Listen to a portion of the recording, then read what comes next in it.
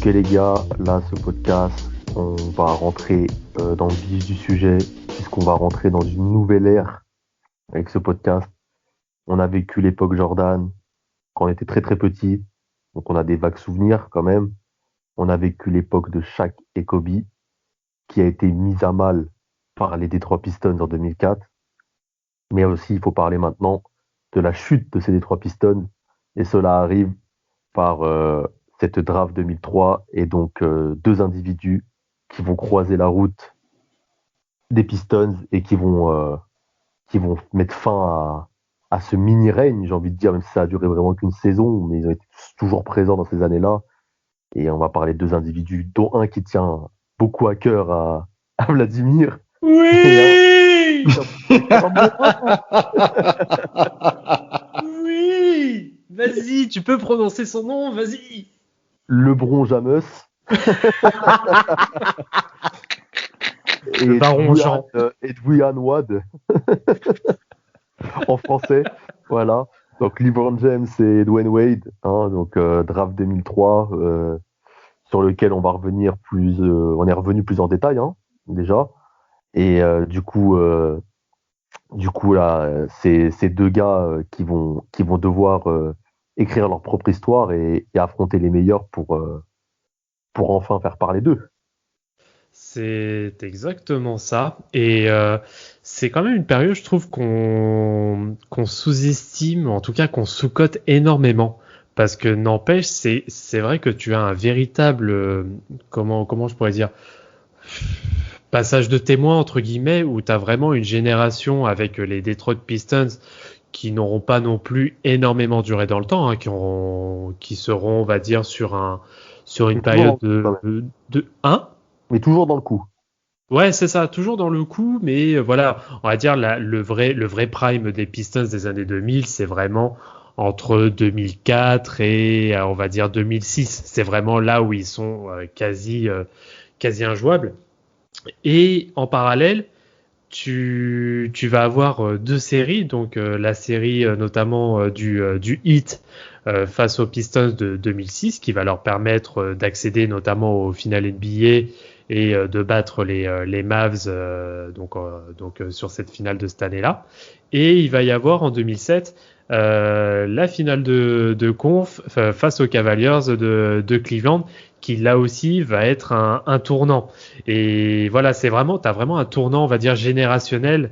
Et c'est pour ça, du coup, que c'est intéressant d'y jeter justement un coup d'œil, parce que c'est quelque chose qu'on a passé, on va dire, en revue très rapidement, en se disant que, bon, en effet, il y a eu une grosse perte de LeBron au match 5, etc., au match 5 en 2007, mais fin de l'histoire, quoi. On n'en a pas plus parlé que ça, alors que c'est quand même un gros tournant des années 2000. Et oui, et puis en plus, d'ailleurs, Paul, je sais pas si tu vois où je veux en venir. Faut rappeler quand même cette période 2000-2010, c'est vachement dominé à l'Ouest, notamment avec les Lakers et les Spurs qui gagnent, je crois, si je dis pas de conneries, 6 titres sur 10 au moins, Mhm. même pas 10, non, même pas plus, 8 titres.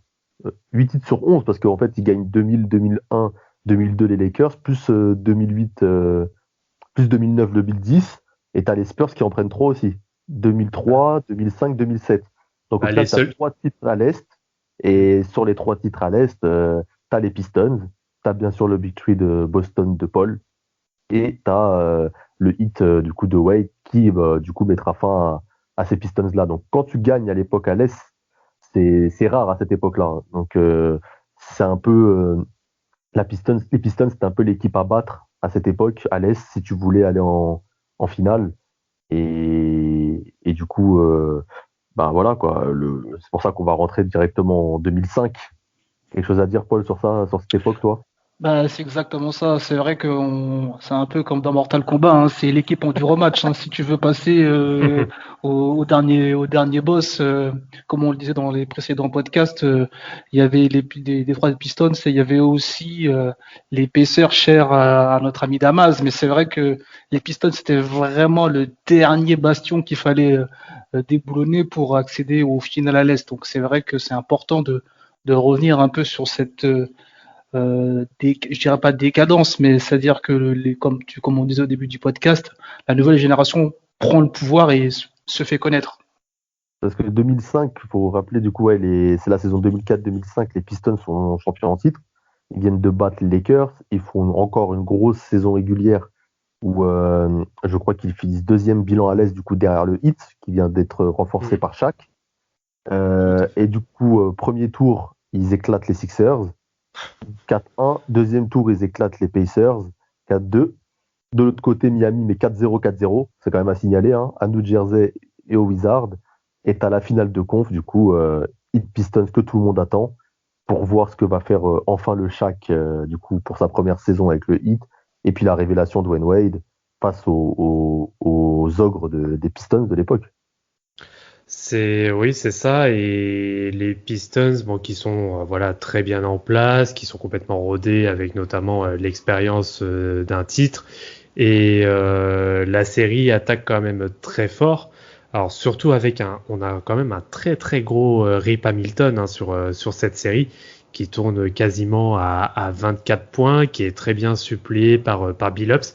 C'est vraiment une série faite pour les arrières en soi.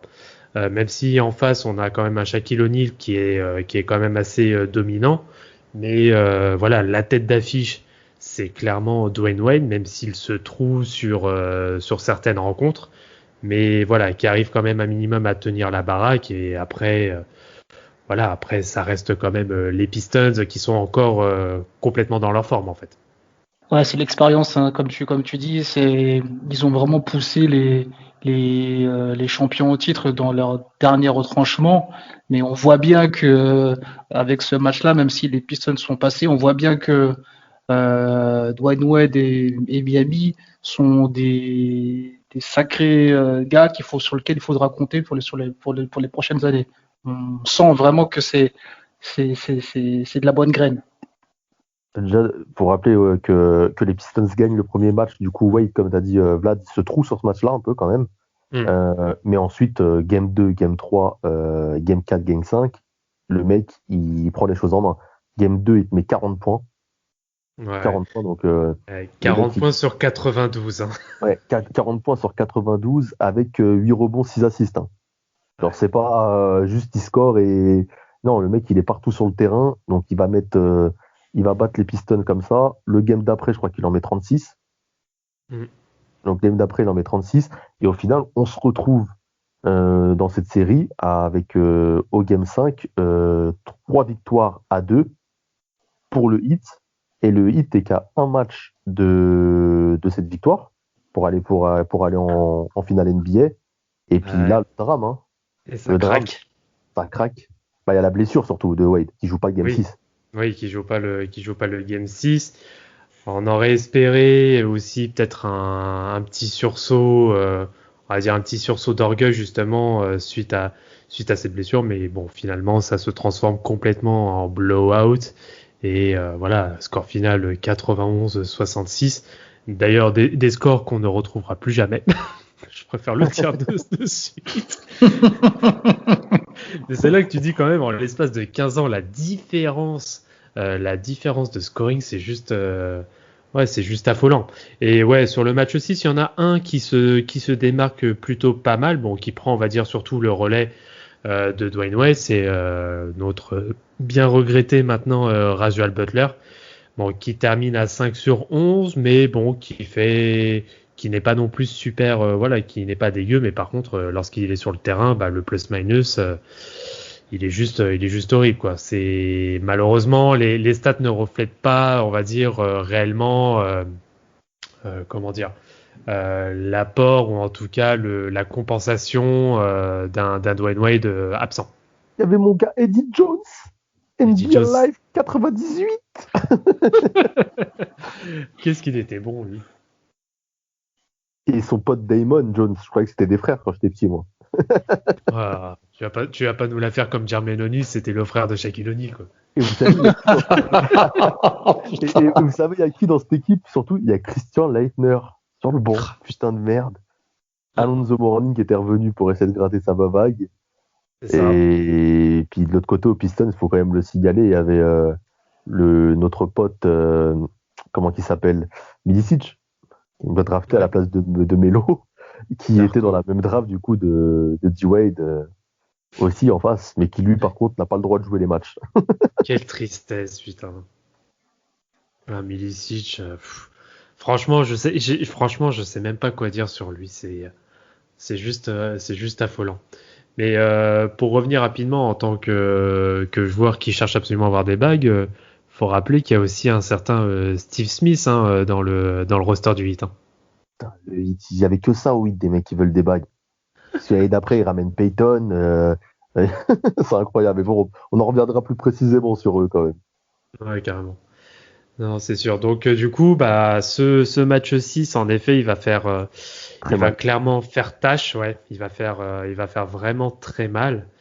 Mais ouais, c'est vraiment le coup de massue en fait, parce que derrière, ils arriveront clairement pas à s'en remettre, malgré un match qui se joue quand même sur les derniers instants, qui va se terminer sur le score final de 88-82 Tu vois que Wade est diminué quand même. mais voilà, Wade n'est clairement pas dedans. Ça se voit ne serait-ce qu'à son shoot. Il est à 7 sur 20 au tir.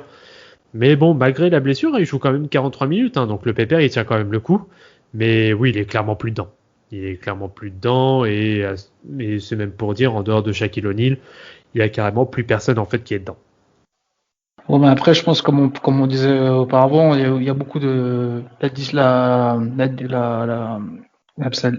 l'aspect mental joue beaucoup. C'est vrai que quand le leader est touché, c'est un peu comme dans tous les sports ou même en général, hein, quand le leader est touché, ça a un impact sur les autres. Donc là, dès que les joueurs ont vu que Dwayne Wade ne pouvait plus un peu revêtir la combinaison de super-héros, bah, ça a un peu plombé le mental des autres, hein.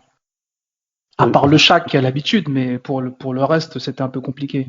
bah, t'as raison, Paul, parce qu'en plus, je sais pas si tu te rappelles, quand Shaq il arrive au hit, il dit clairement c'est l'équipe de Wade. Il dit Ah c'est oui. pas mon équipe, il dit c'est l'équipe de Wade. Moi, j'arrive pour aider Wade à devenir en gros une star et à gagner le titre avec moi.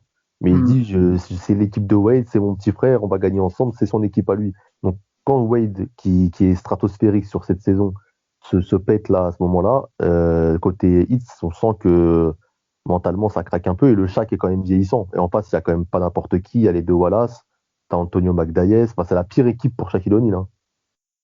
Hmm. C'est vrai. Non, c'est ça, complètement vrai.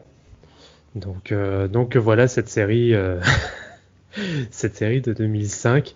Mais le Heat va quand même revenir bien conquérant sur la saison d'après.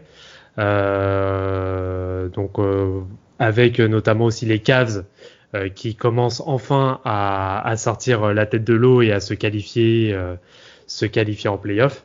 C'est d'ailleurs c'est première qualification, je crois, depuis 98 ou 99, je me rappelle plus exactement.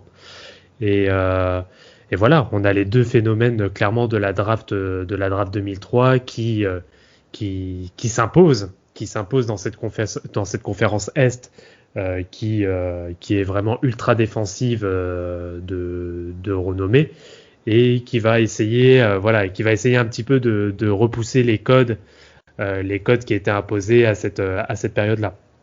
C'est ça, puis t'as du coup en demi-finale de conférence, si je dis pas de bêtises, Pistons Cavs directement. Avant de voir le hit Piston, tu as Piston Cavs en demi-finale. Ouais, et ça va jusqu'à 7 matchs, enfin jusqu'en 7 matchs, hein. Donc C'est aussi, on ça. voit que quand on parlait de jeunes gardes qui montrent les crocs, il faut comprendre aux vieux loups que ils sont là pour durer. Donc c'est vrai que pour le coup, pousser les Pistons en match 7, c'était pas donné à tout le monde, hein. Je pense qu'il faut rappeler ça à nos auditeurs. En général, les Pistons, c'était un peu les affaires courantes quand on était face à eux. Et là, arriver encore à les pousser à un 4-3, c'est mention même très honorable pour le coup. Ensuite, Sartek, félicitations. On sent le prof, on sent le prof. Et du coup, en plus, il y a des scores damaesques hein, sur cette série. Il y a quand même 72-74 au Game 4, 61-79 au Game 7, des matchs que Damas raffole.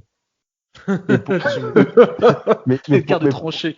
c'est ça l'écart de tranchée. Faut quand même rappeler, faut quand même que les auditeurs comprennent l'équipe de merde qu'avait LeBron James avec lui. Game 7, 61-79. LeBron James met 27 points, 8 rebonds sur 61 points. Non, mais Voilà. le pire, c'est que sur ce match-là, ouais, ok, il met 27 points, mais il se trouve, enfin, Ouais, il se il trouve se, en plus il à se moitié, ouais. trouve, ouais, il est à 45%. Bon, ça va, il est à 11 sur 24, mais c'est surtout sur le quatrième où là, ouais, c'est bon. Voilà, on va dire que c'est la loi un peu des Pistons qui resservent vachement en défense. Et ouais, LeBron il termine à 1 sur 6 sur le quatrième quart-temps. Donc c'est clairement ça qui a fait la différence sur ce match, Le sachant Game 6 qu'il c'est y dur avait... aussi. De quoi? Le Game 6 c'est le plus dur. C'est là que Ouais, tout se joue. oui, carrément. Alors là, c'est carrément le match qui se joue psychologiquement, hein, pour le coup, qui se termine à 84-82.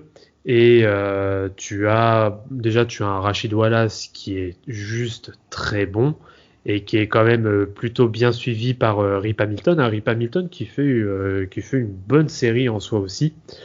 Et en face, bon, voilà, LeBron il est à 32 points, mais Triple avec double. des pourcentages, ouais, triple-double, mais avec des pourcentages dégueulasses. Il est à 8 sur 20. Ah, je dis des Par conneries, il contre, est pas triple double, hein. Il a double-double. double-double, ouais. Oui, c'est avec total défense de C'est ça. rebond, ouais. Il y a Ronaldo, ouais. Flip Murray, le mec, il a 2 sur 10 au tir. Alors, ouais, Doniel il y a Marshall. ouais, Daniel Marshall. Oh là, quand tu envoies ces mecs-là, n'empêche. Drew Gooden, putain de merde. Encore, par contre, on parlait de menuisier, peintre et consort. Je pense Des noms dignes de il la était draft élite, quoi. vraiment au sommet de son art là par rapport à ça, hein. Là, c'était vraiment les jardiniers, les cuistots, les coupeurs de Eric citron. Snow, c'est ça. Tu vois Eric ce que je veux Snow, dire? C'est Ronald. Le 5, c'est incroyable. Et Paul, c'est plus des coupeurs de citron, là. C'est un peu chaudronnerie, là. Et mention honorable sur ce match 6 d'ailleurs à Ira Newble qui joue 10 secondes. Oh, Ah là là là là. Quelle équipe. En parlant de En tout cas, LeBron James se fait remarquer puisqu'enfin, il va en playoff et il s'affronte au meilleur de sa conférence et il tient tête. Et au final, ça passe tout près de faire de marquer le coup et de déjà faire parler de lui. Au final, il sort grandi de cette expérience et on verra plus tard que l'année prochaine, il va s'en souvenir. Oh, oui, oui, oui, oui, oui, oui, oui, oui, oui. Bah, c'est clairement la revanche. C'est clairement la revanche, mais je pense que est-ce qu'on s'attarde rapidement sur les finales de conférence d'abord en Ah 2006? bah bien sûr. ah bah bien Attends, sûr. c'est mon moment bandeur. Vas-y, lâche-toi. Le meilleur joueur de la draft 2003 entre en place. Oh là là Ah là, il va s'énerver, Vladimir.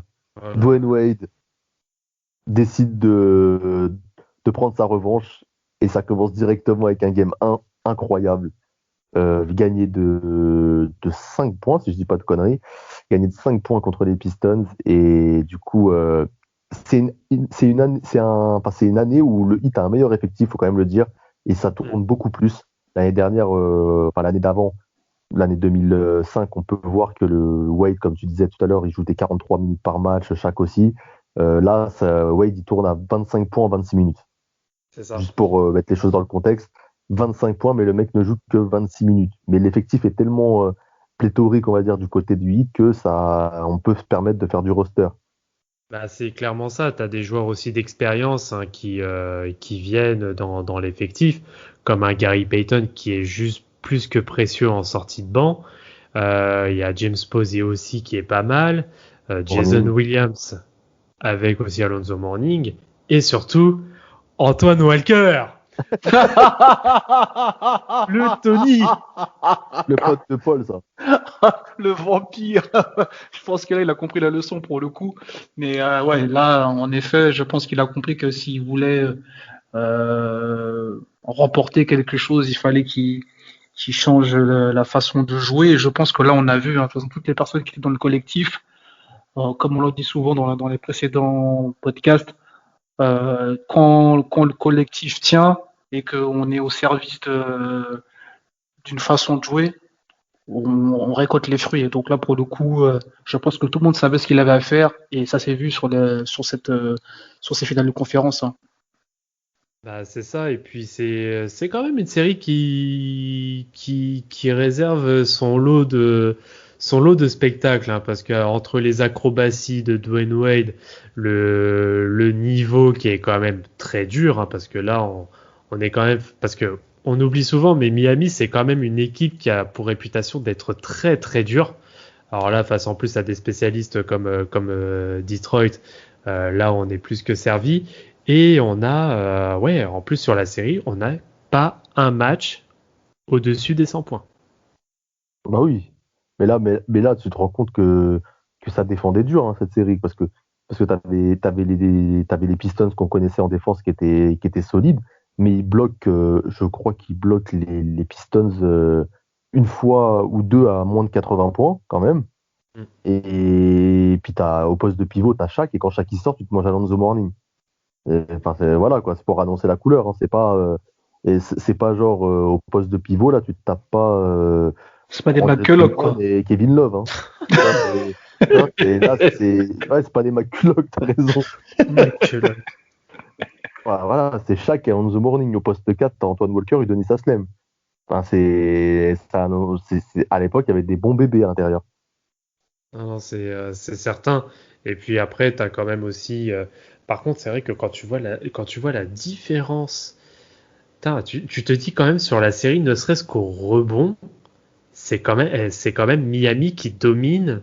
Ouais, qui domine Détroit, et on parle d'une domination de plus de 30 rebonds. Donc c'est pour dire à quel point la défense et comment dire prendre soin du ballon était juste obligatoire sur ce type de série, parce que derrière tu sais très bien que automatiquement ça va sanctionner avec des pépères comme Dwayne Wade, ou même en face avec des Rip Hamilton Rip Hamilton qui est au sommet de son art. T'as pas le droit de laisser, on va dire, de laisser traîner les miettes, en fait. Et justement, Ouais. bah, tu parles de rebond. Game 3, je crois que Wade, il finit deuxième meilleur rebondeur du Heat et avec 8 rebonds, par exemple. Tu vois, pour Mm. montrer que tout le monde côté Heat est concerné par le rebond et sait que ça se joue là. Il finit troisième meilleur rebondeur du match. Tu as quand même Rachid Wallace à 10 rebonds. Je crois que tu as 11 rebonds de chaque et 8 rebonds de Wade. Je veux dire que Wade a pris plus de rebonds que Ben Wallace, par exemple. Mm. Bah, alors après, il faut remettre un peu aussi dans le contexte de l'époque. C'est sûr que on pourrait considérer que maintenant prendre 8 rebonds, C'est c'est rien. juste, c'est rien en fait, que c'est pas grand chose, que c'est pas exceptionnel. Sauf qu'il faut bien remettre en ligne de compte que la pace, donc le rythme de jeu de l'époque, c'est clairement du demi-terrain. Il y a très peu de jeux rapides, de jeux en transition ou en contre-attaque. Là, on est sur une pace à peu près de 90 possessions par équipe. Alors que maintenant, on est à plus de 100, ouais, on est pas très loin des 100 possessions par équipe. Donc voilà. À l'époque, pour un arrière, prendre entre 8 et 10 rebonds par match, c'était énorme. Ouais, c'est exactement ça. Et je pense que c'est ça qu'il faut préciser aux auditeurs, c'est que c'était vraiment, quand on parlait de garde des tranchées, c'était vraiment ça. Il faut vraiment que les gens comprennent que, surtout dans la conférence Est, il n'y avait pas le temps de jouer en contre-attaque ou c'était très rare. Donc, les scores étaient de façon très édifiants. On pouvait se rendre compte qu'il n'y a pas beaucoup de contre-attaques, mais comme tu disais, on fait vraiment très attention au ballon. C'est un peu, c'est un peu ce qu'on aimerait voir tout le temps, c'est-à-dire un peu comme en Mm. Euroleague, c'est-à-dire que chaque possession compte. C'est ça. Et alors après, je fais très rapidement un petit aparté, mais quand tu regardes, alors il y en a qui la considèrent comme la finale la plus chiante qui ait jamais existé, mais moi je suis désolé. La finale Spurs Pistons de 2005, pour moi c'est juste un régal ce genre de série. Parce que tu sens, de toute façon, c'est déjà même propre à Détroit, mais en fait, t'as l'atmosphère qui est juste irrespirable, en fait. C'est vraiment ça, c'est vraiment que toutes les possessions comptent, et sur toutes les possessions, t'as une tension, mais est juste pas mesurable en fait. Et moi, je suis désolé, pour moi, c'est l'une des plus belles séries justement qui puisse y avoir, parce qu'en plus, il y a du suspense au bout. Après, tout dépend aussi de l'état d'esprit. Je pense que maintenant, la Ligue, comme elle évolue aujourd'hui, c'est pas super vendeur. Il faut pas oublier qu'il y a un contexte de commerce. Il faut vendre des choses. Et c'est vrai que là, pour le coup, on avait encore cet esprit de sportif, d'intensité, de suspense qu'on pouvait proposer. Maintenant, je sais pas en termes d'audience si les gens accepteraient de regarder une finale de ce type. Il faut pas oublier ça aussi. Comme dirait Damas, des bandeurs maintenant, des bandeurs. Ça va pas défendre, c'est n'importe quoi. Maintenant, ils veulent des shooter à 3 points, c'est tout ce qu'ils veulent. Ah bah ça, oui, c'est sûr que maintenant c'est complètement différent. Mais bon, revenons revenons à nos moutons. Donc au hit donc de 2006. Bon, au final, voilà. Donc tout ça pour dire que sur la finalité de cette série, donc Miami va l'emporter en 6 matchs, avec notamment ce qu'on peut limite considérer comme des blowouts, le match 6, hein, parce que 95-78, c'est quand même assez rare que Détroit se prenne une gifle comme ça, surtout sur une fin de série. Bon, après on connaîtra. Ouais. Et en plus avec un Wade en mode passeur, genre tu sais qui est pas à fond, genre c'est plus Shaq ce match-là qui est survolté avec 28 points, 16 rebonds, je crois que il a dit cette fois-ci je me fais pas avoir. Oui, et puis il a décidé de faire des offrandes, quoi. Voilà, c'est son petit côté généreux sur ce match-là. Et ce qui est bien, c'est qu'il est capable, et c'est vrai que c'est la grosse intelligence de Dwayne Wade, qui a quand même pour réputation de base d'être un gros ball handler, c'est d'être capable d'avoir l'intelligence de justement faire contribuer le collectif lorsqu'il le faut, toujours au bon moment. C'est quand même assez rare quand tu le vois vraiment forcé comme un malade. Je ne citerai pas d'exemple parce que sinon Tucker va m'insulter. Mais non, je sais pas, un numéro à l'époque c'était quoi? Ouais, il était encore numéro 8 à l'époque. Ouais. Je demande à ce que ça soit coupé au montage. Je demande la VAR. Je demande la goal line technologie. Je demande à ce que ça soit coupé au montage pour diffamation et blasphème, s'il vous plaît. Merci. Donc voilà, du coup, série remportée par le Heat et qui arrivera carrément au bout. En gagnant aussi donc la finale NBA face aux Mavs de Dirk Nowitzki, 4-2 pour le coup. On passe à l'année 2007, au plus intéressant pour le coup. Sortez les confettis. Allez, je te laisse introduire. Vas-y, fais-toi plaisir. Tout commence par une défaite. Au game 1, tout commence par une défaite au game 1 où LeBron met que 10 points et 10 rebonds, un petit match où on se dit que notre ami LeBron va choquer, hein, va bugger au début, on commence à avoir des doutes. Game 2, c'est encore comme ça, 76-79, LeBron passe encore un peu au travers, 19 points, 6 rebonds, 7 assists, pas des stats qu'on attend vraiment de lui. Puis au game 3, le réveil. Et là, Vladimir, il a dit enfin. Ouais, grave. Mais en fait, c'est vraiment cette série qui m'a fait aimer LeBron en fait. En fait, c'est au début de sa carrière, je regardais pas plus que ça parce que mon gars à l'époque c'était surtout Allen Iverson. Mais Border, les tresses, le bandeau, les tatouages, c'est bon, le starter pack quoi.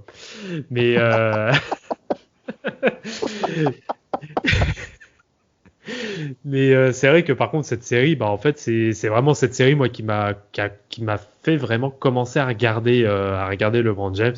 Et bon voilà, le match 3, 32 points, 12 sur 21. 2 sur 3 à 3 points. Voilà, il fait une ligne de stats qui est juste très propre, avec 9 passes, 9 rebonds. Bah, qu'est-ce que tu veux demander de plus pour un retour à la maison, pour le coup? Et il enchaîne. C'est ça. Ouais.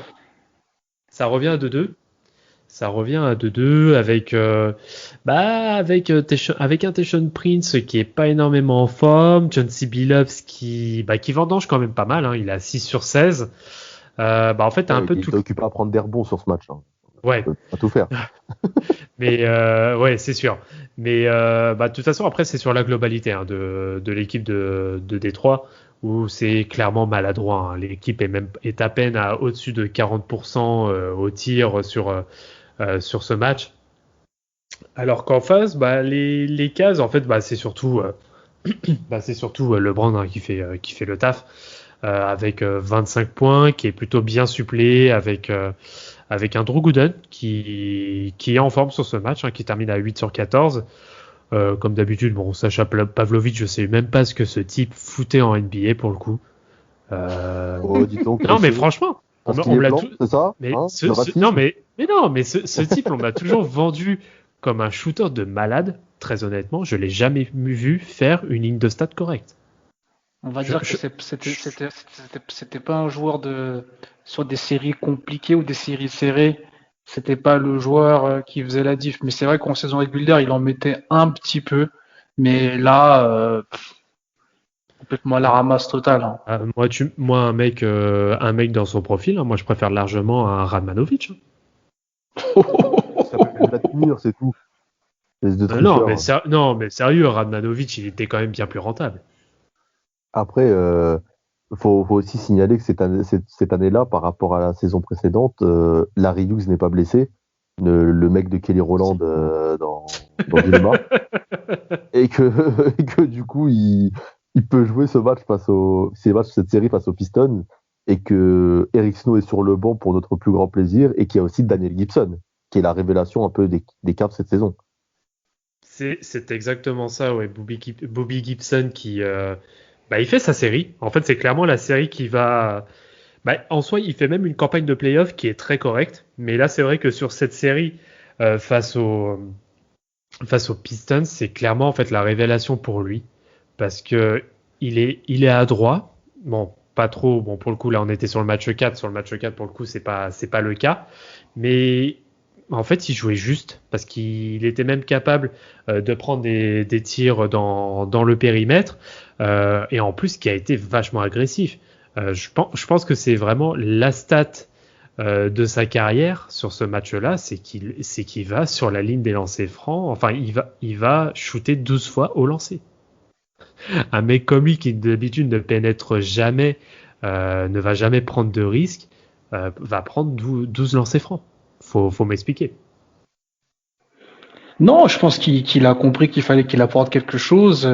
Quand tu vois ton leader se démener et essayer de l'emporter, tu te dis, moi aussi je fais partie de l'équipe, il faut que j'apporte la pierre à l'édifice. Donc après, tout le monde n'a pas cette mentalité-là, mais je pense que quand tu es dans un collectif et que tu vois que les gens se sortent un peu les doigts du cul, tu te dis, moi aussi, il faut que tout le monde fasse le boulot pour qu'on avance.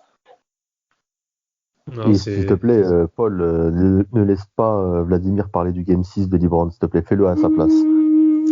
Non, je vais laisser ce plaisir. S'il te plaît. Non, le match 5. Le match 5. Le match 5, excuse-moi. Pour le bien des auditeurs, de la population française. Mais non, c'est un pays libre, il peut s'exprimer.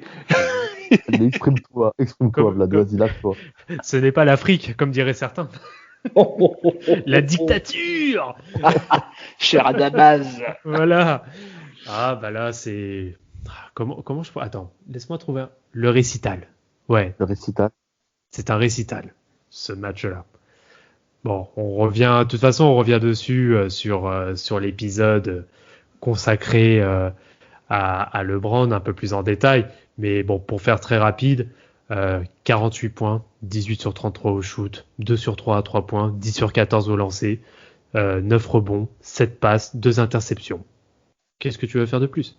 Sachant que le match va en double prolongation, sur les 30 derniers points de son équipe, il en met 29, dont 25 de suite. Voilà. Sur ce, passons au match 6. Quelle efficacité redoutable!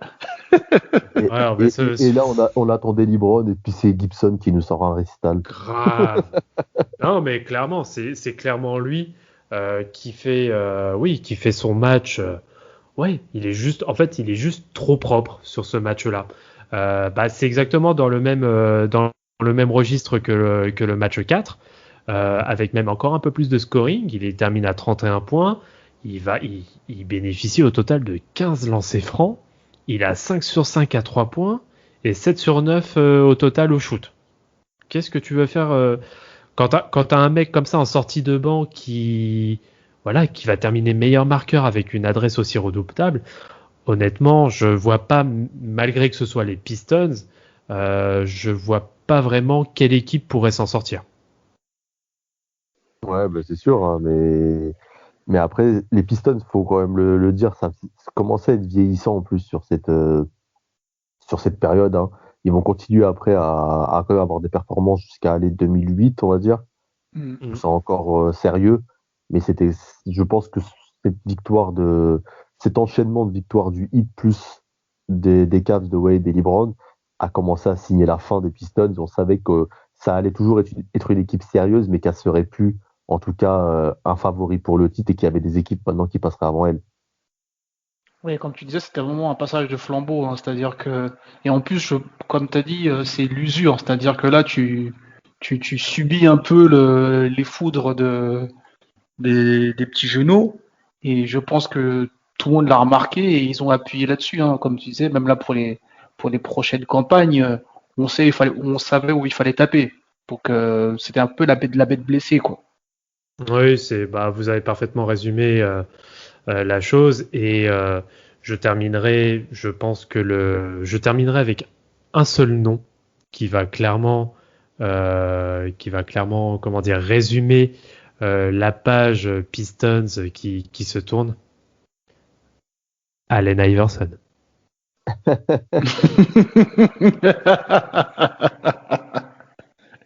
Après, on peut pousser le débat plus loin avec cette équipe des Pistons en se demandant s'ils avaient fait le choix de prendre Melo plutôt que Darko Milicic, on aurait eu des confrontations peut-être épiques entre les Pistons de Melo versus le Heat de Wade et les Cavs de LeBron, et on aurait peut-être eu une équipe qui n'aurait pas été aussi vieillissante et qui aurait pu se reconstruire autour de Melo après dans le futur, ou ça aurait pu totalement flop. Je sais pas ce que vous en pensez, vous. Moi, je suis partisan. Je suis partisan du camp qui dit que s'il y avait un Melo à Détroit, ça aurait peut-être pu prendre le chemin d'une vraie dynastie. Et toi, Paul?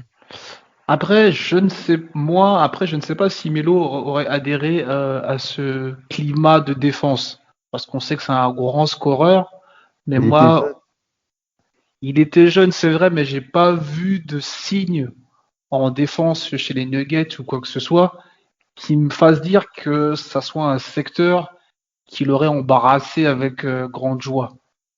Tu vois? Ce sont des contextes aussi qui sont différents parce que Denver c'était clairement la tête d'affiche. C'était de toute façon dès la première saison quasiment c'était le franchise player. Alors que s'il était rentré dans un collectif qui commençait déjà à bien suiler comme les Pistons, honnêtement avec des mecs comme Rashid Wallace, Ben Wallace ou même des grandes gueules comme Billups, je pense que le Melo, il aurait été, on va dire, que basse. Hein. Je pense qu'il aurait juste écouté les consignes. Ouais. Il aurait fait ce qu'il avait à faire. Et je pense que pour le coup, ça aurait été aussi très bénéfique à la fois pour le collectif des Pistons parce que ça aurait pour le coup amené une véritable arme offensive, une véritable arme au scoring. Et comme je l'avais déjà dit sur de précédents épisodes, Carmelo Anthony, on le fait passer pour une passoire, mais s'il a envie de défendre, il défend très bien. Donc dans un collectif comme celui des Pistons, t'inquiète pas, il aurait marché droit, je pense. C'est vrai que je pense que comme les gens avaient de la bouteille, ils ne pouvaient que acquiescer au vu du palmarès, oui, en effet. Mais en plus, c'est dur ce qui s'est passé parce que je crois que jusqu'au bout, ils pensaient être draftés à Détroit et que LeBron allait être à Cleveland et qu'ils allaient pas être loin, etc. Qu'ils s'étaient appelés avant la draft ou autre, qu'ils étaient super contents, ils disaient qu'ils allaient se rencontrer souvent, etc. Et que je crois que c'est le soir de la draft que son agent l'appelle et lui dit Détroit ne choisit pas, ils prennent Darko du coup. Et qu'il était choqué sur le coup et que ça lui a mis un sacré coup à l'époque. Hein. Ah, tu m'étonnes, Darko Milicic. Tu sais, c'est un gamin qui il évoluait en quoi lui? Il était en seconde division chez lui, non? C'est pas ça? À l'époque. Je crois, ouais, c'est ça. Attends. C'est un truc du genre, je crois. Et ouais, tu dis un mec qui vient, voilà, qui vient d'Europe, même pas en plus en première division, qui aurait au moins joué en Euroleague. Ah si, c'était en première division. Hein. C'est première? Ouais, première division. Ouais. Ok, autant pour moi. Je pensais qu'il était en seconde division, je sais pas pourquoi. Mais bon, voilà, qui est tout jeune, sur lequel on mise éventuellement sur un potentiel, mais qui n'a clairement rien prouvé. Alors que Melo, il sort de Syracuse, il est champion NCAA. Voilà, t'as pas mieux. Et en dehors du phénomène LeBron, il est censé terminer premier de sa draft. Ouais. Après pour rebondir là-dessus, il y a quand même Chris Kaman qui était 6e, donc j'ai envie de te dire, tout est possible. Hein. Concrètement. Oh, t'es dur. Il était pas mal, c'est pas mauvais, mais il était pas mal. Ah, il est bon quand même, Kaman. Il était pas mauvais quand même. Aux Clippers, il était bon. Hein. Il est All-Star, non, Kaman? Oui, il est All-Star. Oui, ouais. Tout à fait. Mais les Pistons eux-mêmes sont pas trop d'accord parce que je crois que j'avais vu une interview que Ben Wallace disait lui qu'il pensait qu'avec Melo ils auraient pas gagné parce qu'il aurait été, comme disait Paul, directement vouloir être titulaire et peut-être imposer et pas rentrer dans le moule de l'effectif. Et au contraire, t'as Billups qui lui dit avec Melo on aurait gagné 3 titres. Donc on le saura jamais. Relatif, hein. Ça reste vrai, voilà. Et d'ailleurs il s'est vengé pour son retour dans la team de Damas, c'est que quand il a refait un carton, il l'a fait contre les Pistons. C'était son meilleur score depuis 3 saisons, je crois, où il plante plus de 30 points lorsqu'il revient l'année dernière en 2020. Pour une fois que c'est pas contre Milwaukee. Rafik, si tu nous entends, big up, big up. C'est la même. Pour conclure, c'est quoi que vous retenez, vous, de cette époque, de ce passement de flambeau, comme dirait Paul? Bah, ça donne un avant-goût de ce qu'on va voir sur les prochaines années, c'est-à-dire une émergence de quand même de jeunes potentiels qui ont l'air d'avoir pris conscience qui peuvent devenir des personnes dans la ligue. Donc c'est vrai que LeBron James, il a été drafté numéro 1, donc je pense qu'il était déjà préparé mentalement à avoir un impact. Mais je pense que les autres se sont dit ok, on est là, on va pas se faire marcher dessus. Ouais, je rejoins complètement ce que tu dis, Polo. Et je rajouterais même que c'est le banana boat qui take over. Putain. Alors là, génial.